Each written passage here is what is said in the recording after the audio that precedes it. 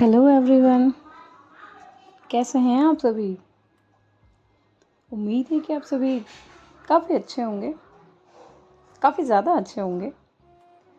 मैं हूं अंज और स्वागत है आप सभी का आपके अपने YouTube channel Love Beyond Limits पर।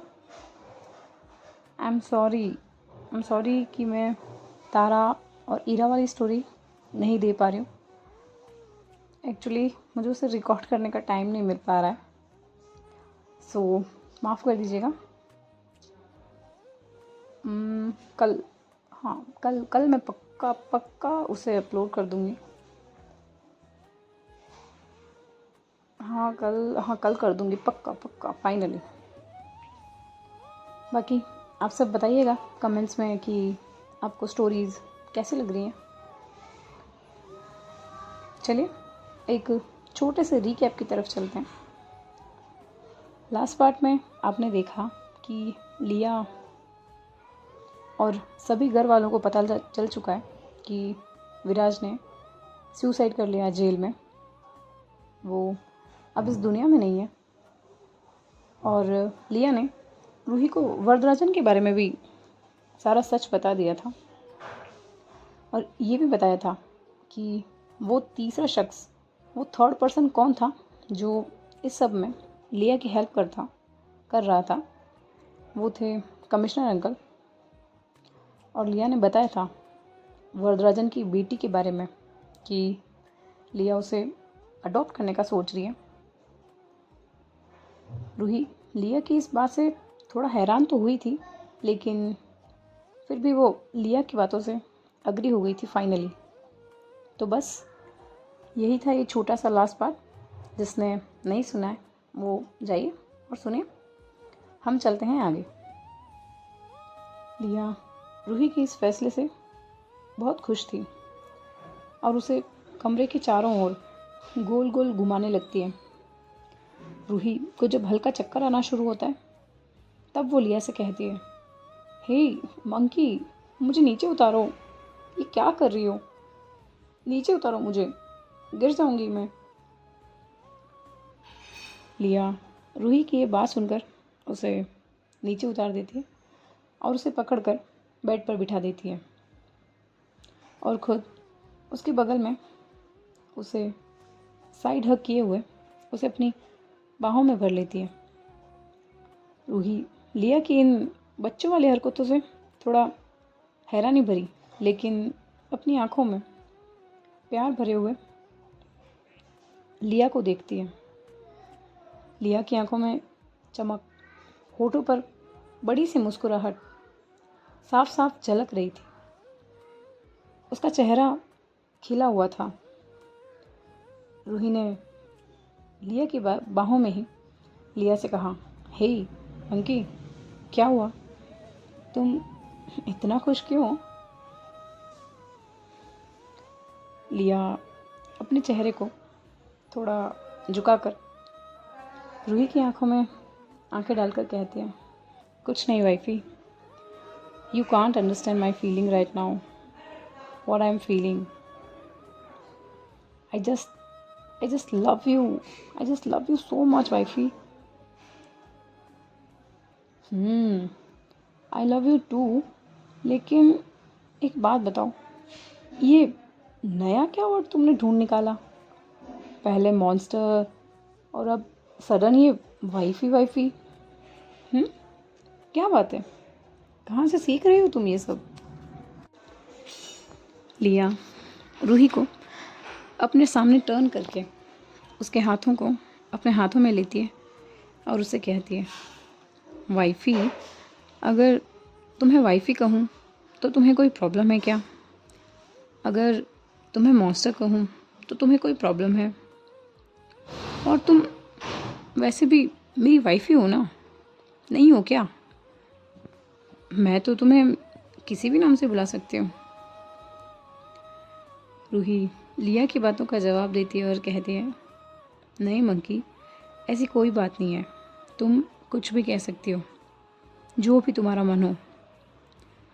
वो तो बस मैंने ऐसे ही पूछा क्योंकि ये सडन चेंजेस हुए तो सोचा कि तुमसे पूछ लूँ।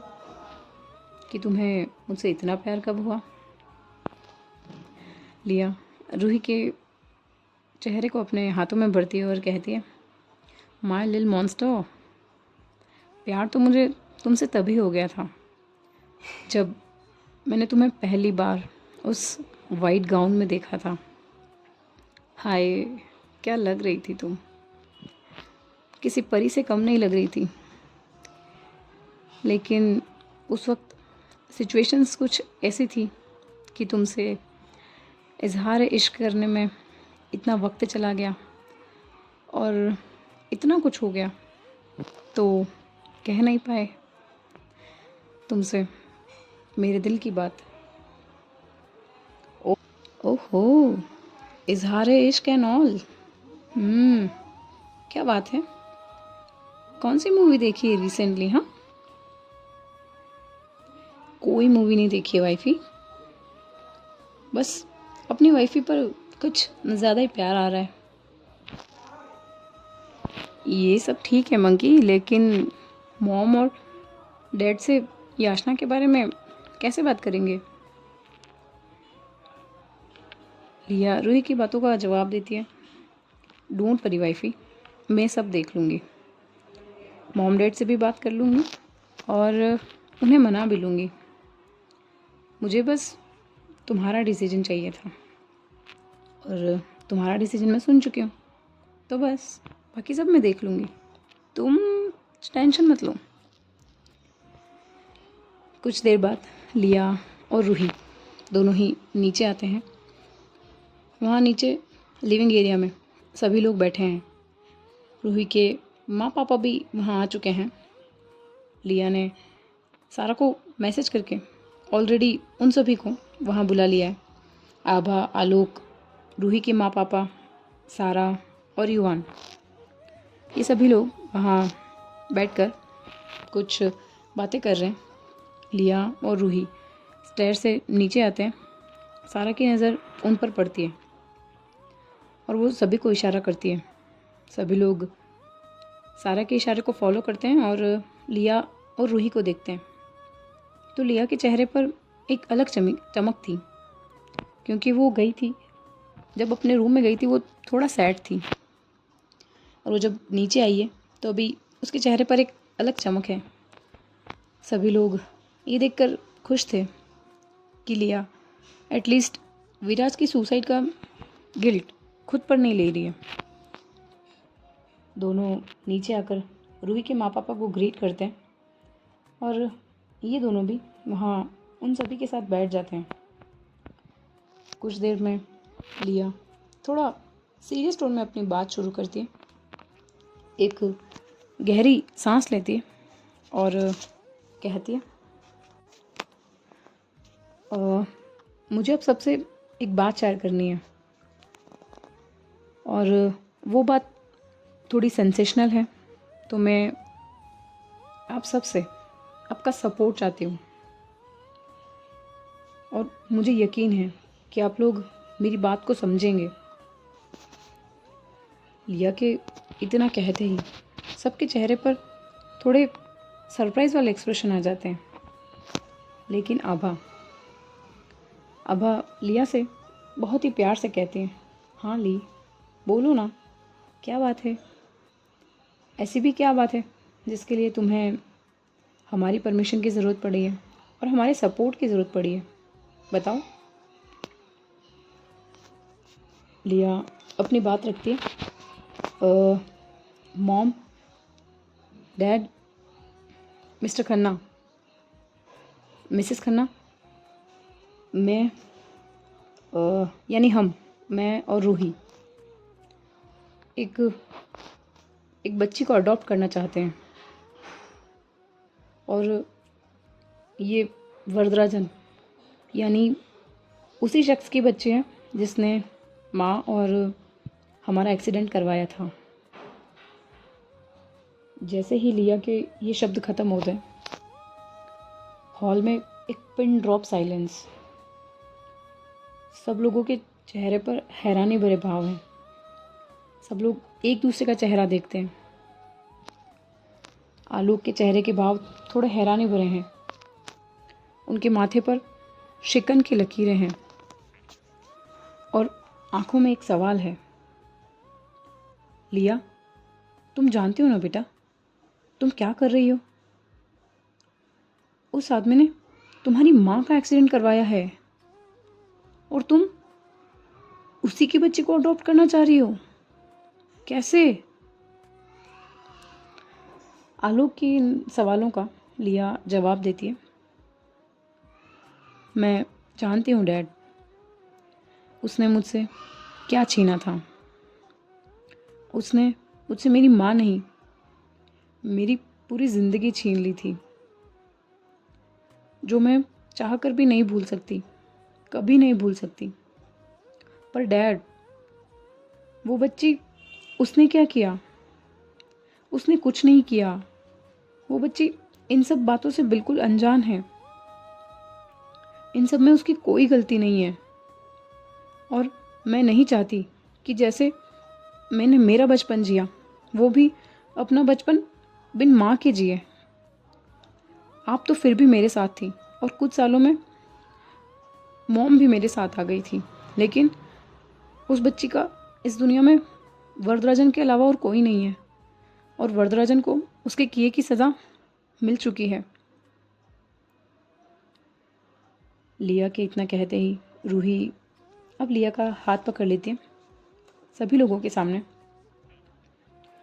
तभी आभा लिया से कहती है, ली, मुझे नहीं पता कि तुमने क्या सोच कर ये फ़ैसला लिया है या इसके पीछे की क्या वजह है, लेकिन मैं इतना ज़रूर जानती हूँ कि अगर मेरी बेटी ने कुछ फ़ैसला लिया है तो इसके पीछे ज़रूर कोई ना कोई अच्छा ही रीज़न होगा।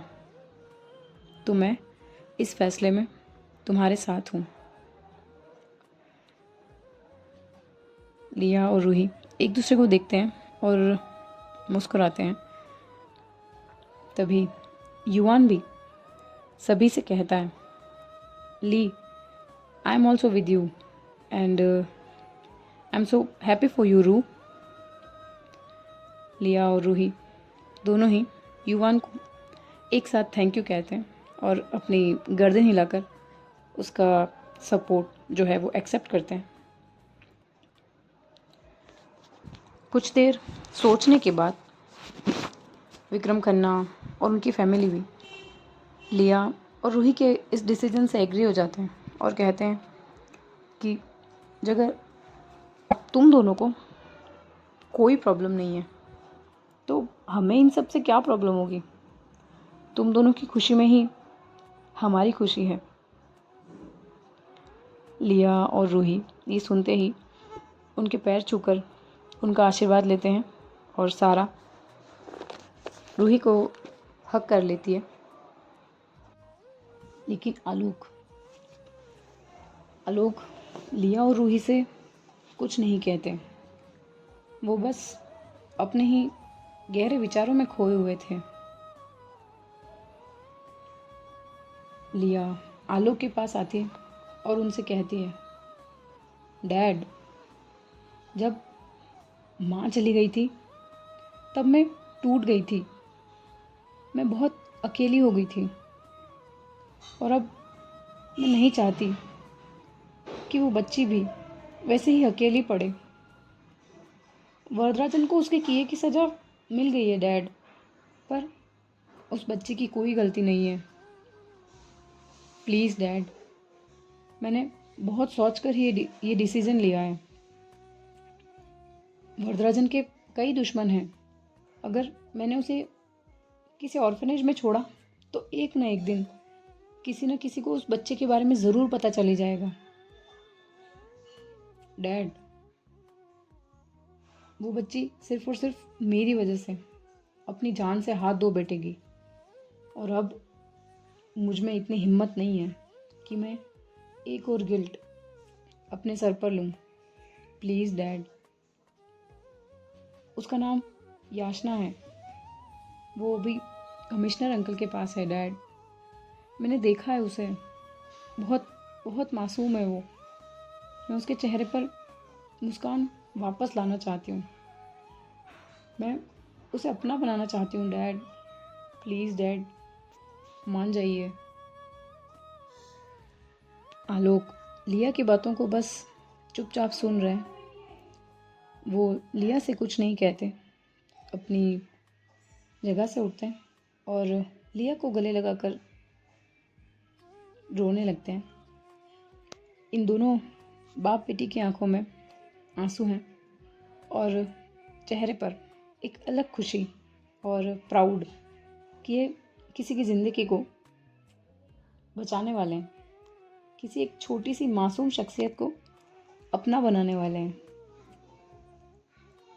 कुछ सेकंड्स बाद लिया आलोक से अलग होती है और सभी की तरफ दिखती है और कहती है, एवरीवन, मुझे आपसे एक बात और करनी है।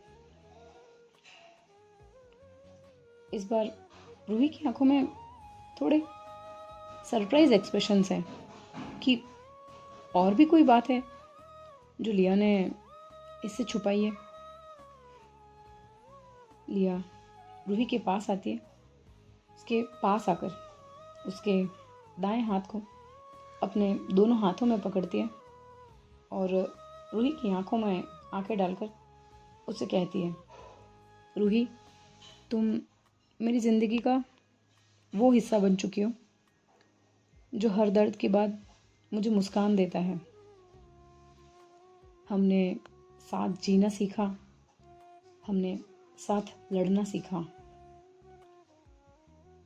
लेकिन इस बार मैं चाहती हूँ कि हम एक नई शुरुआत करें। हम सब कुछ फिर से शुरू करें याचना के साथ। मैं तुमसे फिर से शादी करना चाहती हूँ रूही। इस बार खुले आसमान के नीचे, सबके सामने, बिना किसी अग्रीमेंट के, बिना किसी पेपर्स के, पूरे पूरे इंडियन कल्चर्स के साथ। लिया की बात जैसे ही ख़त्म होती है, रूही की आंखें एकदम बड़ी हो चुकी हैं। उसकी आंखों में आंसू आ चुके हैं, लेकिन खुशी से उसका गला चौक हो चुका है और वो कुछ बोलना तो चाह रही है, लेकिन बोल नहीं पाती। लिया अपनी बात को फिर से सबके सामने रखती है और कहती है, डैड, मैं रूही से शादी करना चाहती हूँ फिर से। वहाँ खड़े सभी फैमिली मेम्बर की आंखों में खुशी के आंसू हैं। सारा जल्दी से आकर रूही को हक कर लेती है और युवान लिया को हक कर लेता है। आलोक लिया के पास आते हैं और कहते हैं, Lee, I am so proud of you. I can say proudly that you are my son. You are my son. I'm so proud of you. आभा दौड़कर किचन की तरफ जाने लगती हैं तो आलोक उसे पूछते हैं कि अरे, तुम कहाँ जा रही हो? तभी आभा किचन में जाते हुए पीछे मुड़कर आलोक से कहती है, मिठाई ले ले, आज दो खुशियाँ मिली है ना, मैं तो पूरा मिठाई खाऊंगी आज। सभी लोग आभा की बात पर हंस पड़ते हैं। अब लिया के हाथों की पकड़ रूही के हाथों पर अब थोड़ा जोर पकड़ चुकी है। दोनों की नज़रें मिलती हैं आपस में, लेकिन लिया की आंखों में प्राउड है कि वो रूही को एक बार फिर से अपना बनाएगी, एक बार फिर से उससे शादी करेगी। और रूही की आंखों में आंसू हैं। लिया अपने आप को झुकाकर रूही के कानों में विस्पर करती है और कहती है, आर यू हैप्पी ना वाइफी? क्या तुम मुझसे शादी करोगी फिर से? रूही ये सुनकर लिया की आंखों में देखती है और अपनी पलकों को झुकाकर उसके इस सवाल का जवाब देती है। लिया के चेहरे की मुस्कान अब थोड़ा और बढ़ गई है। तभी इन दोनों का ये प्यारा सा आई कांटेक्ट तोड़ती हैं आभा, जो अपने हाथों में मिठाई का डिब्बा ले आई हैं। वो इन दोनों के मुंह में एक एक लड्डू खिलाती हैं और लिया आभा से कहती हैं, मॉम ये क्या कर रही हैं आप? आभा भी लिया से कहते हैं, ली, बहू और पोती दोनों को एक साथ घर में लेकर आऊँगी इस बार। इतनी सारी खुशियाँ तो इतना मीठा तो बनता ही है ना ली। अरे बस, कहाँ? अभी नहीं है लिया और रूही की शादी। रुकिए, जब होगी शादी तब आइएगा। आज के इस पार्ट को इतना ही रखते हैं। मिलेंगे आपसे किसी और पार्ट में। कहानी कैसी लग रही है बताइएगा ज़रूर। चाहते हैं कोई इम्प्रूवमेंट्स और सजेशंस तो प्लीज़ लिखिएगा मुझे कमेंट बॉक्स में। मिलूँगी मैं आपसे कहानी के अगले भाग में।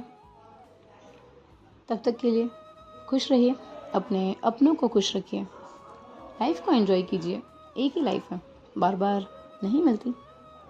Bye bye, take care, thank you so much.